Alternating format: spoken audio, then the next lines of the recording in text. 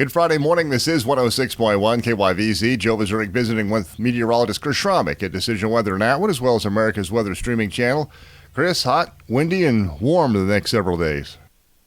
Yeah, Joe, that's what we're going to be dealing with is we got this dome of high pressure that's expanding over the Rockies and will reach over the plains or the tri-state area over the weekend. And then early next week, that thing will elongate all the way from the southwest U.S. across the southern plains and into the lower Mississippi. What that's going to do is it'll put us in the northern periphery of that ridge. So we could catch some thunderstorm activity later in the afternoon and evenings. But again, it will be widely scattered and hit and miss.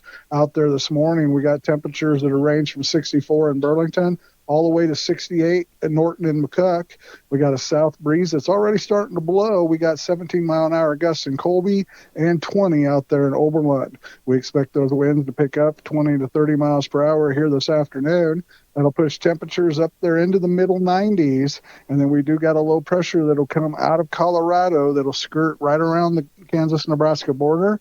We could see showers and thunderstorms 7 p.m. to 1 a.m., mainly north and west of the line from Goodland to McCook.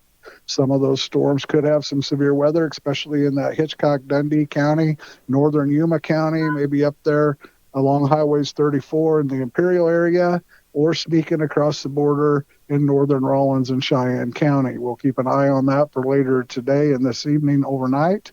Overnight lows, again, will drop into the upper 60s, and then tomorrow we'll see those high pressure set in place for the weekend. Tomorrow will be about similar today. We'll see those temperatures in the lower to mid-90s. Those winds will turn to a north direction for a bit behind that system tonight at 10 to 15 miles per hour, so it won't be as windy.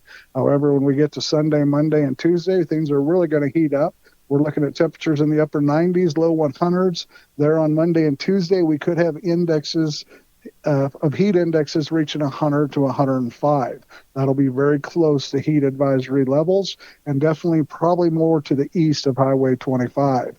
As far as storm chances go over the weekend, Saturday we probably don't see any. Sunday we could see some isolated stuff breaking the cap in the evening.